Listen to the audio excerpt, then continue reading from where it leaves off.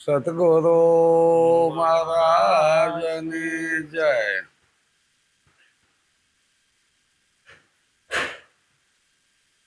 જોત છે જોત, જલાતે ચલો, પ્રેમ કે ગંગા બહાતે ચલો. હવે આમાં ક્યાં ગુરુ અને ક્યાં શિષ્ય? દીવાથી દીવો પ્રગટતો હોય તો હવે આમાં કોની ઉપર આપણે દાવો કરવો?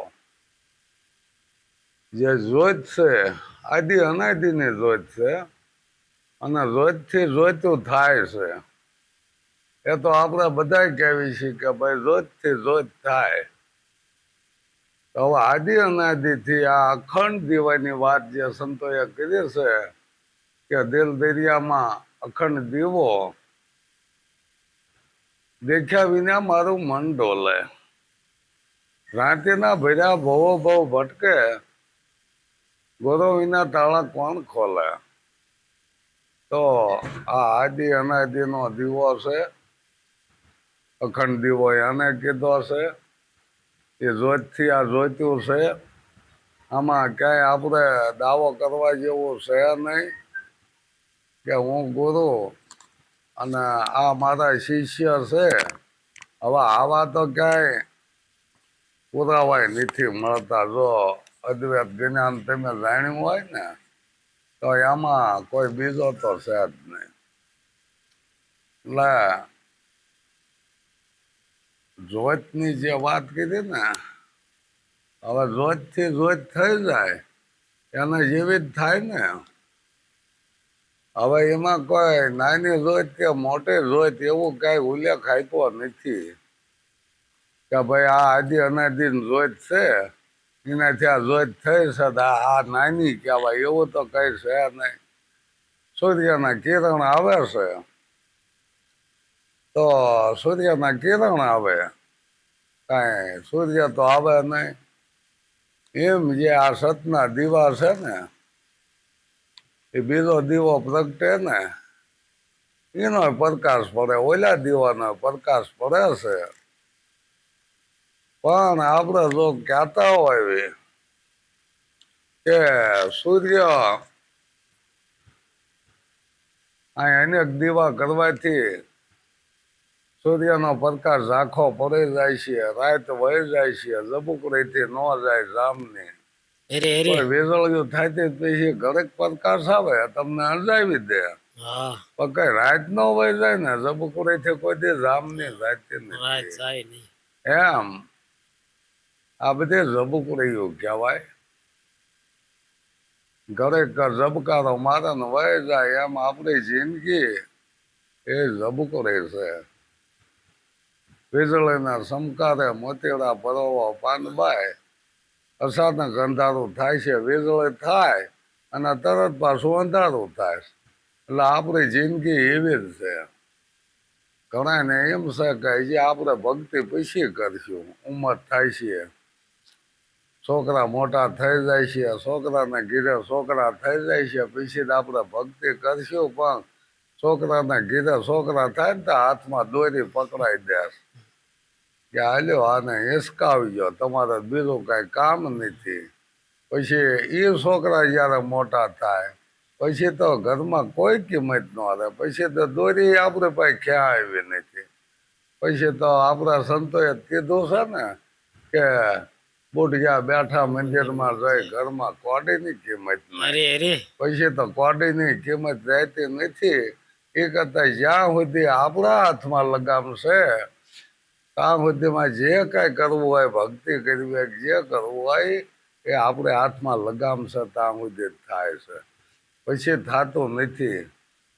કોક જ આમાંથી છૂટી જાય છે કે ભાઈ મેં મારું કાર્ય પૂરું કર્યું, છોકરાને કહી દે છે કે મેં મારું જો કાર્ય પૂરું થઈ ગયું, હવે તમે તમારી રીતે મથે રાખો, હવે કોઈ મારી અપેક્ષા રાખતા નહીં. એટલે એવું અને એ ત્યાં કંઈક આપણે હરવે ફરવે ત્યાં સુધી જ બને છે, પછી તો કઈ બનતું નથી. આપણને કંઈક જવું હોય કોઈ સંતોની સભામાં તો અહીંયા જવાની આપણી ટેવ જ નહીં થતી. કાં તો પૈસોનું હોય કાં તો હાલી ન શકતા હોય.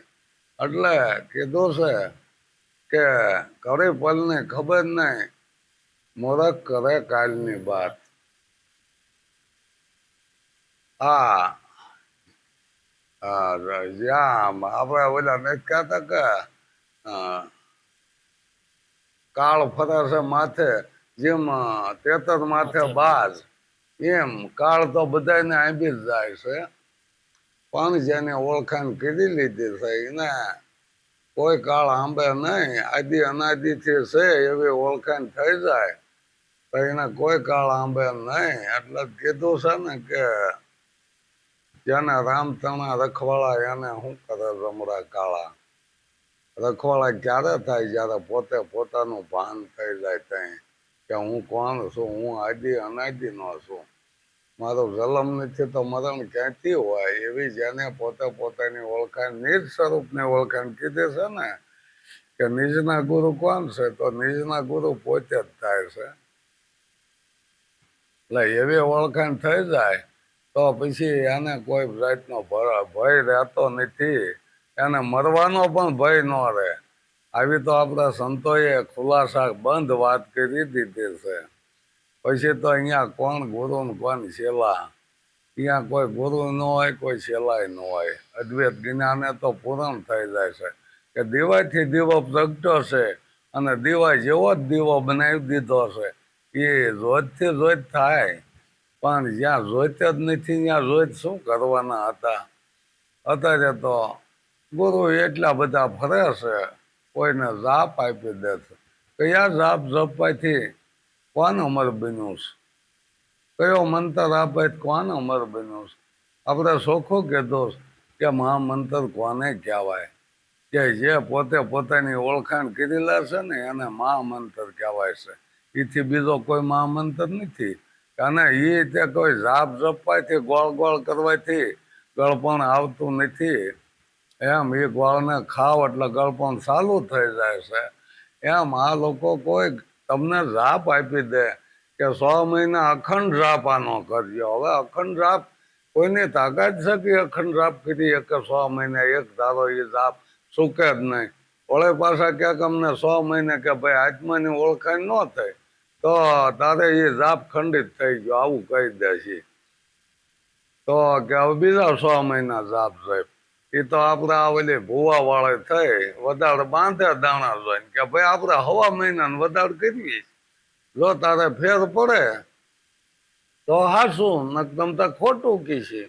ઓલો બિચારો 1.5 મહિને વાટ સુધી એને બીજું કઈ દવાખાના જવાય ને કાંઈ કરાય નહીં. 1.5 મહિના સુધી કે ભાઈ માતાનો વધાર છે. એ 1.5 મહિનો પૂરો થાય ને એનું દરદ ન જાય, એનો વ્યાયામ ન જાય એટલે વળે પાછો જાય કે કાંઈ ફેર નથી પીડ્યો તો છે ને તાર શ્રદ્ધા ન રહી હોય. હવે આ શ્રદ્ધાના થર્મોમીટર આપણે ક્યાં લેવા જવા કે આને મૂકી દેવી થર્મોમીટર કે આને શ્રદ્ધા શેક નથી એ કેમ નક્કી કરવું ભાઈ? જો જે કાંઈ કાર્ય કરે છે ને શ્રદ્ધા હોય ને તો થતો હોય. પણ આ કુદરતનો નિયમ એવો છે કે ભાઈ જે થતું હોય ને એ જ થાય. અને આપણે જયારે અમુકને વાત કરી છે ને કે ભગવાન પ્રસન્ન કર્યા, ભગવાન પણ કેમ કહે છે કે ભાઈ માગવાનું માગીએ, ન માગવાનું ન માગીએ. એટલે એમ એ માગવા વાળો એ છે ને દેવા વાળો એ છે. આજે આપણા શાસ્ત્ર લખાણા જો એની એક મોનોપોલિસ કે હિરણ્ય કશ્યપુએ બ્રહ્માજીના પ્રસન્ન કર્યા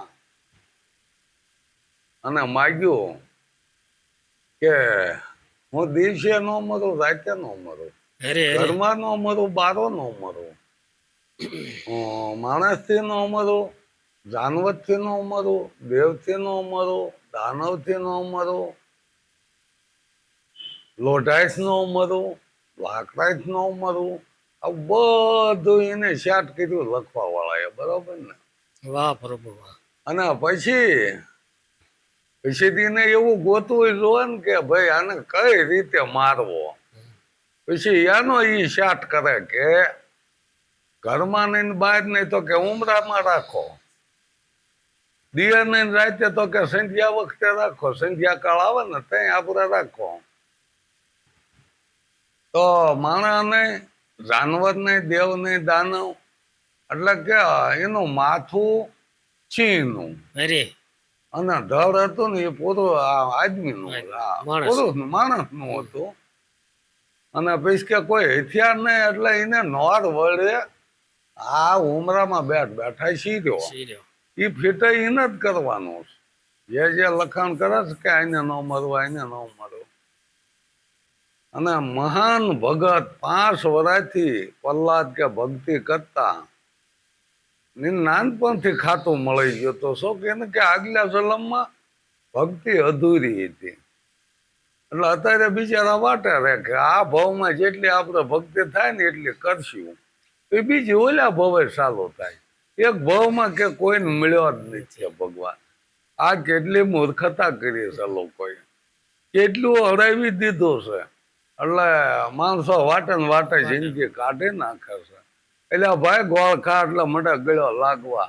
હવે ઓલા ભાવની ને આ ભાવની ચા માંડીને બેઠા છો. પણ આ વેદોએ આવી રચના કરી છે, આવા લખાણ મૂક્યા છે. પ્રહલાદનો તમે ઇતિહાસ તો લો કે હિરણ્ય કશિપુનો દીકરો પ્રહલાદ અને હિરણ્ય કશિપુનો ભાઈ હિરણ્યાક્ષ જયારે કે પૃથ્વીને પાણીમાં લઈ ગયો ને, હવે પાણી પૃથ્વી માથે, પૃથ્વીને પાણી કઈ રીતે લઈ જાય બોલો? અને તો એ ક્યાં પાછો ઉભો હોય છે?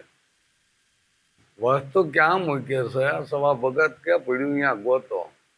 તો આપણે આ પૃથ્વી જ કીધી છે, આ દેહને એક પૃથ્વી જ કીધી છે. જે પેટનો ભાગ છે પૃથ્વી કીધો છે, માથાનો ભાગ એ આકાશ કીધું, પગનો ભાગ પાતાળ કીધો છે.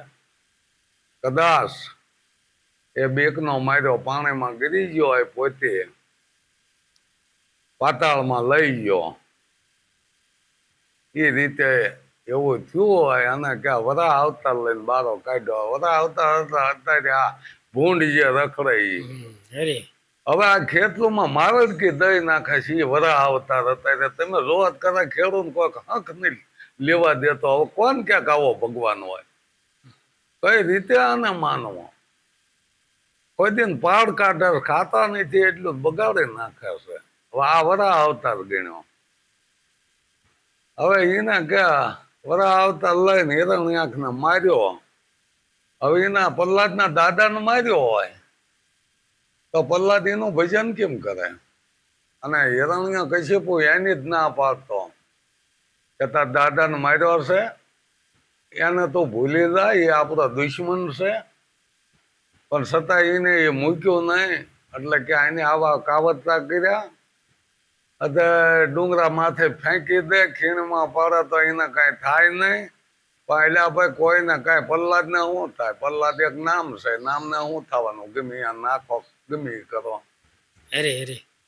તો પછી કે ગરમ થાંભલો તગાયો કે આમાં તો ભગવાન હોય તો બધ ભરી લે. હવે એના બધ ભરીને કડાકો માર્યો ને કે નથી અવતાર. હવે આમ તો જો એટલે ભાઈ આ રેણીની વાત છે. ક્યાણી મિશ્રી ખાણ, રેણી તાતા લો, એ રેણીને બધ ભરીને ઉભા રહ્યો. તમ તાર આપો આ પ્રગટ થાય છે. તમારે ક્યાંક ગોતવા નહીં જવું જોઈએ. પણ રેણી કઠણ છે. એ લોટા ને થાંભલા ને બધ ભીડા રેખું છે, કઠણ છે. એટલે માણસ ક્યાણીમાં બકાડે. રેણી કોઈને રેવી નથી. તાર રેણી વિના રામ નથી રેજે એવું. હવે આ તો ઘરે પલને ખબર ન હોય ને ક્યાં અરે કાલની વાત. જીવ માથે જમ ફરે જેમ તેતર માથે બાર, ક્યારે પડી જાય છે એને ખબર નથી. લ્યો ભક્તિ આ ભાવ નહીં થાય, ઓલા ભાવ કરશું. એટલે એ તને ખબર છે ઓલા ભાવ તું કરીને ભક્તિ કરીને આવ્યો છો, શું કરીને આવ્યો? કળયુગ લ્યો, કળયુગ લ્યો. આટલા વર્ષે કળયુગ આવે ને આમ આવે કેવું કરીને જો. અત્યારે અભી તરત દેખાય તું કરે ને જોઈ લે. આવું તારું કાર્ય હોવું જોઈએ. સદગુરુ મહારાજ